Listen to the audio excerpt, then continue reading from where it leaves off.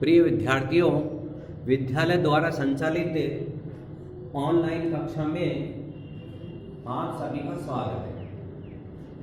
और आज हमें संस्कृत के उपसर्ग इनके बारे में अध्ययन करेंगे। अब अगला उपसर्ग लेंगे हम अप।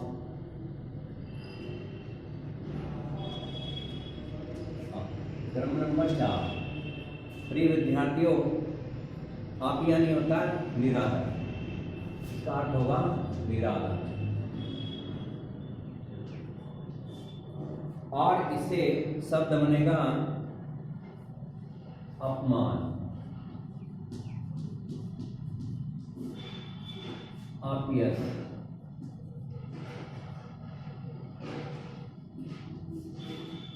और फिर नंबर 3 है अपव्यय।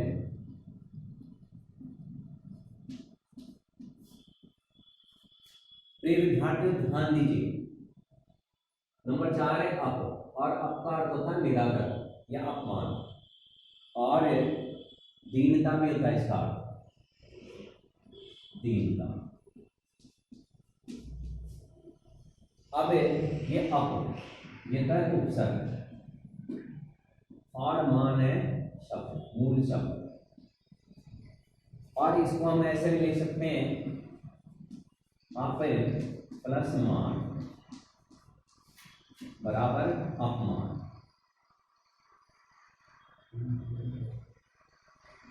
अपमान।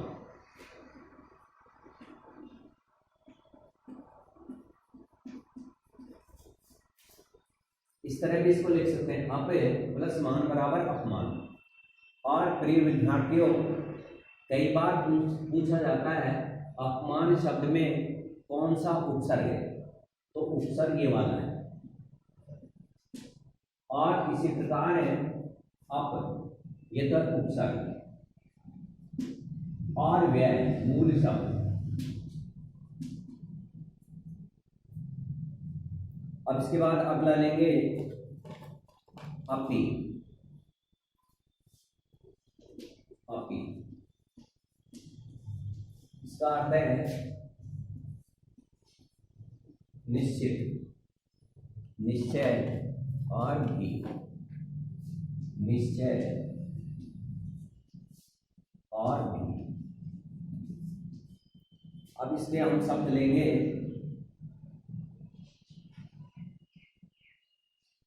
अपी।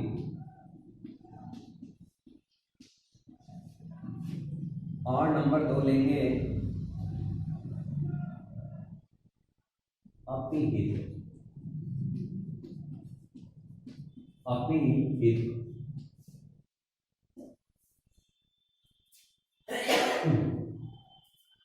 अब नंबर है, इसका उदाहरण नंबर हम लेंगे 6।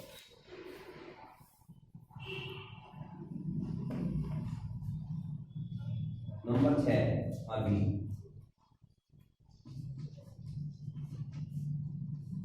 अभी यानी था पास, और सामने।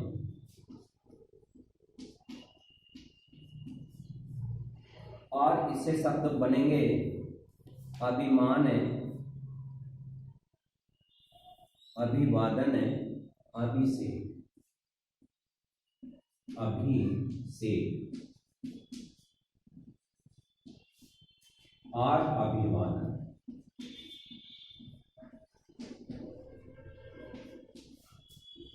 और अभिमान भी होगा, और अभिमुख, और अभियान। अब इसके बाद है नंबर लेंगे हम 7। नंबर 7 है आओ।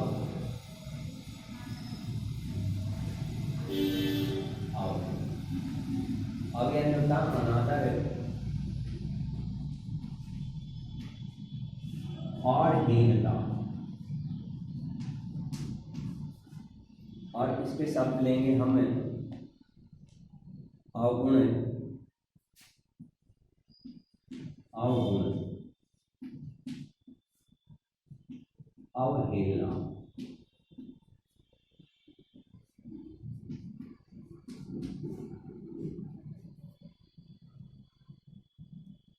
अवनति।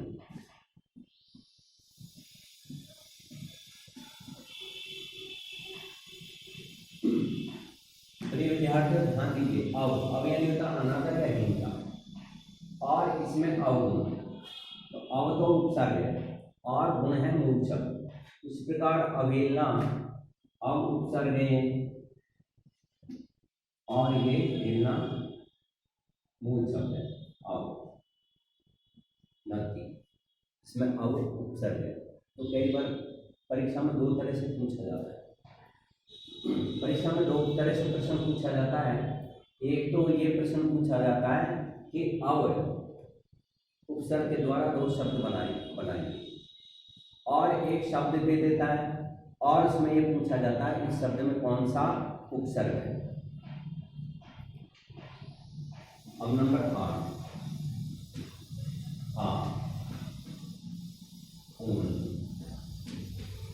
और विपरीत।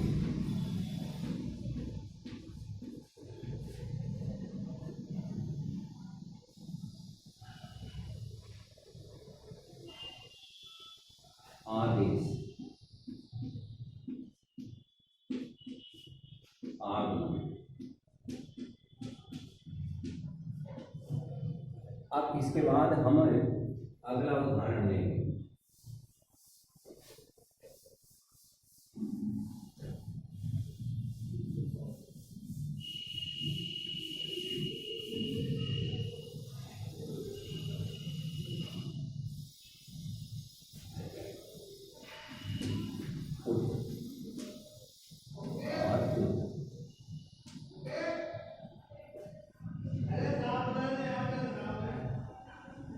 इसका अर्थ होता ऊपर, श्रेष्ठ और उच्चता।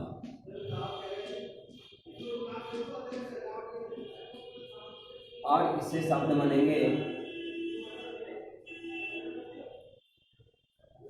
उत्साह और उद्धार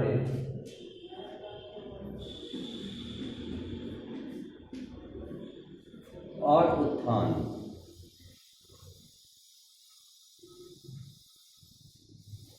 उत्थान, अब जैसे उद्धार शब्द है उत् प्लस आर, तो हार तो मूल शब्द हो गया, ये तो हो गया मूल शब्द, और उत हो गया उपसर्ग। तो परीक्षाओं में या तो उपसर्ग पूछा जाता है या उपसर्ग दे करके उससे दो शब्द बनवाए जाते हैं। अब नंबर देखिए 10,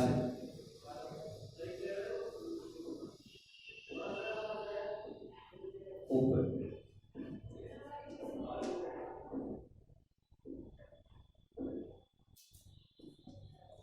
8 होगा समीपता, और दूसरा अर्थ लेंगे इसका सहायता।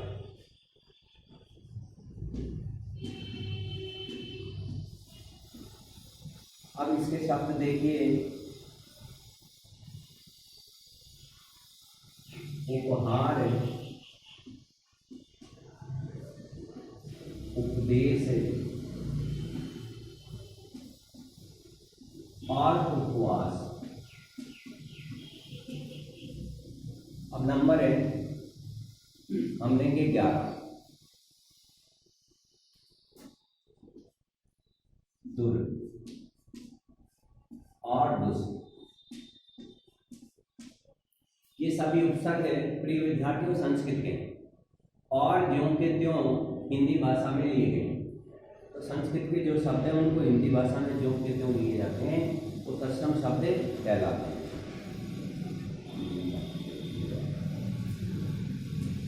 इसका अर्थ होता है निंदा और बुरा।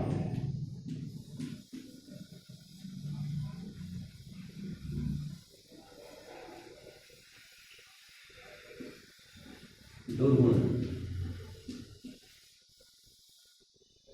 दुराचार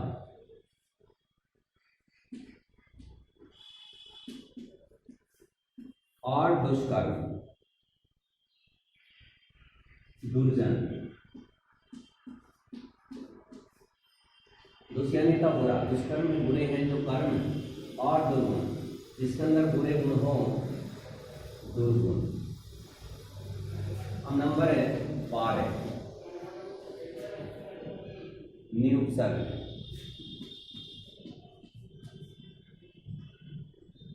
निरुपसर्ग निषेध या अधिकता,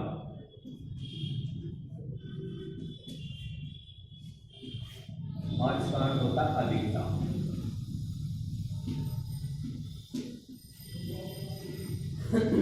और इससे शब्द बनेंगे निषेध, निवारण,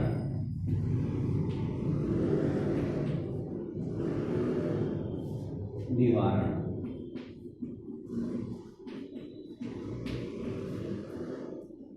अब नंबर है हम 13 लेंगे, निर और निस, निर और निसुपसर्ग। इसका अर्थ प्रिय विद्यार्थियों रहित, बिना और निषेध।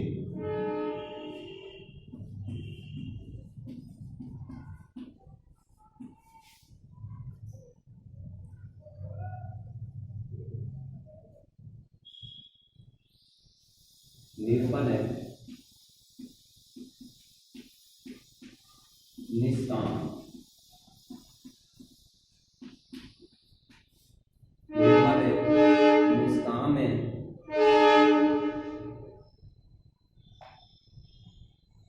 निरपराध,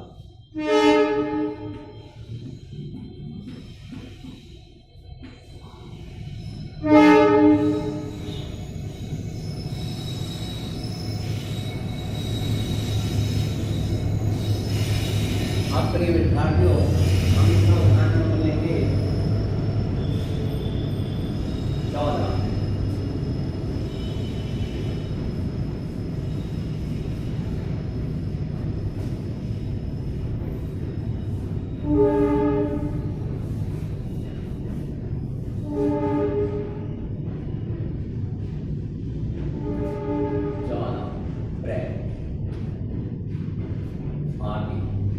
अर्थ होगा इसका आगे, और अधिक भी होगा, आगे, अधिक है, और ऊपर, 3 अर्थ होते हैं इसके। प्रिय विद्यार्थियों प्रे के 3 अर्थ लिए गए, आगे, अधिक और ऊपर। और इसके शब्द बनेंगे प्रहार, प्रयोग,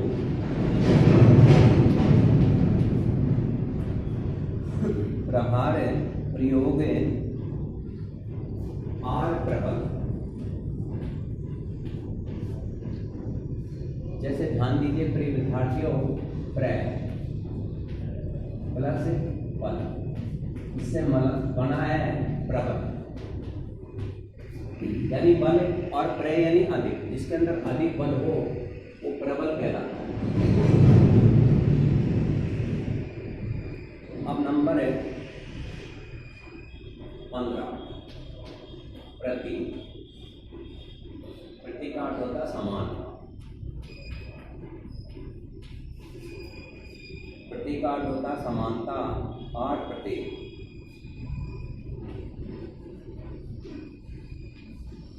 प्रतिवर्ष,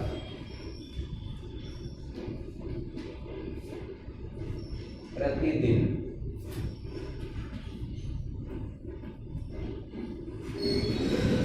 प्रतिदिन,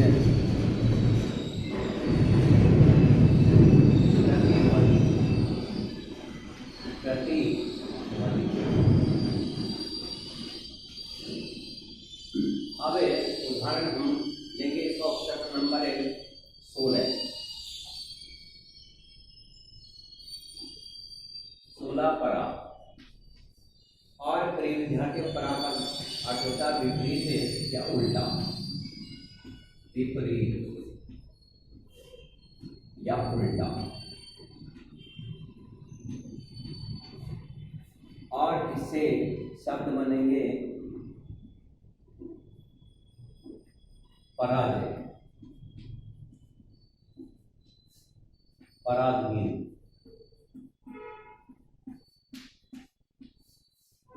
पराजय, पराधीन और पराकाष्ठा, पराकाष्ठा।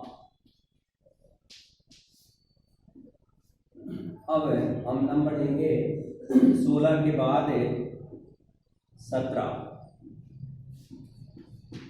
परी। और परी यानी होता है प्रिय विद्यार्थियों चारों ओर, चारों ओर। जैसे पर्यावरण, परि प्लस आवरण, पर्यावरण।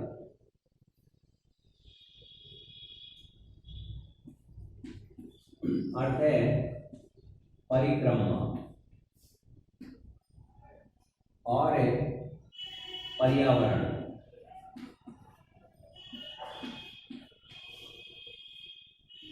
इसका अर्थ होता है चारों। पर्यावरण पृथ्वी के चारों ओर वायु का जो घेरा होता है उसको पर्यावरण कहते हैं। परिक्रमा किसी के चारों ओर चक्कर लगाना परिक्रमा कहलाता है। क्या कहलाता है? परिक्रमा। परिवर्तन,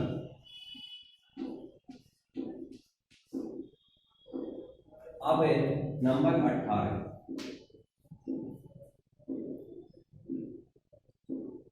सम। सम यानी होता पूर्णता।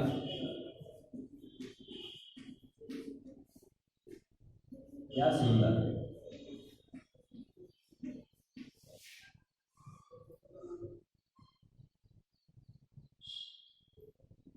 संयोग, संसार,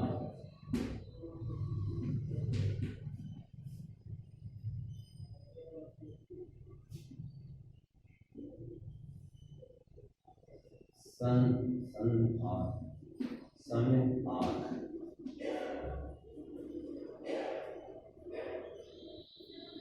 अब प्रिय विद्यार्थियों यहाँ पर जो ये अनुस्वार लगा हुआ है इसका मतलब होता है सम। ये उपसर्ग है। सम प्लस योग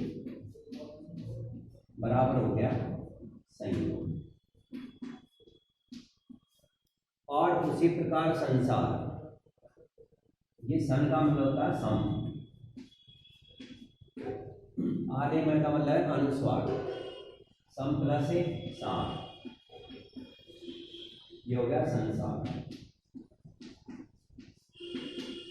और उसी प्रकार सम प्लस हार, तो इसमें सम उपसर्ग है, ये हो गया संहार। अब उपसर्ग नंबर 19 सु। सु यानी आपका अच्छा, अच्छा, सुंदर। और इससे शब्द बनेंगे सुलेख।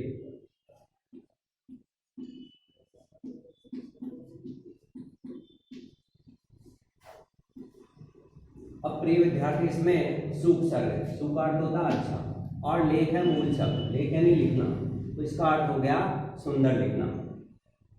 अब अगला देखिए यहाँ पे सुगम, जहां पर आसानी से पहुंचा जा सके, सुगम। और सुलभ, और प्रिय विद्यार्थी सुलभ का अर्थ होता है आसानी से मिल जाना।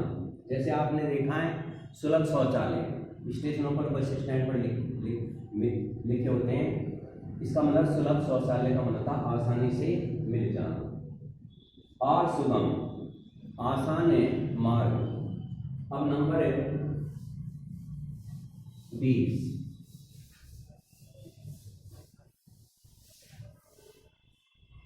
नंबर 20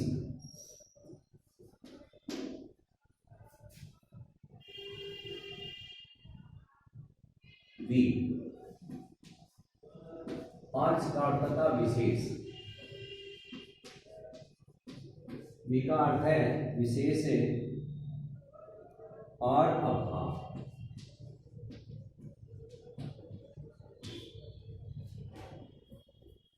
जैसे शब्द बनेंगे विदेश,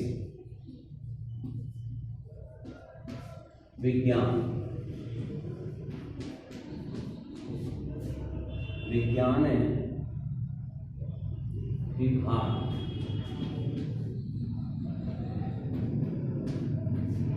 आदि। अब प्रिय विद्यार्थियों, शब्द में पूछा जाए कौन सा उपसर्ग है, तो उपसर्ग ये वाला है, उपसर्ग वी। और जो देश है ये शब्द है, मूल शब्द। उसी प्रकार है ज्ञान, ज्ञान तो है शब्द, मूल शब्द, और भी है उपसर्ग। इसी प्रकार है ये तो है शब्द और भी है उपसर्ग। तो प्रिय विद्यार्थियों, जो शब्दांश है शब्द के प्रारंभ में जुड़कर उसके अर्थ में परिवर्तन और विशेषता उत्पन्न कर देते हैं, उन्हें हम उपसर्ग कहते हैं। जैसे ध्यान दीजिए, देश शब्द है और इससे पूर्व भी उपसर्ग जुड़ गया, और उसी प्रकार ज्ञान शब्द है और इससे पूर्व हमने भी उपसर्ग जोड़ दिया, तो दोनों मिलकर के हो गया वी प्लस ज्ञान बराबर विज्ञान। और इसका अर्थ हो गया विशेष ज्ञान।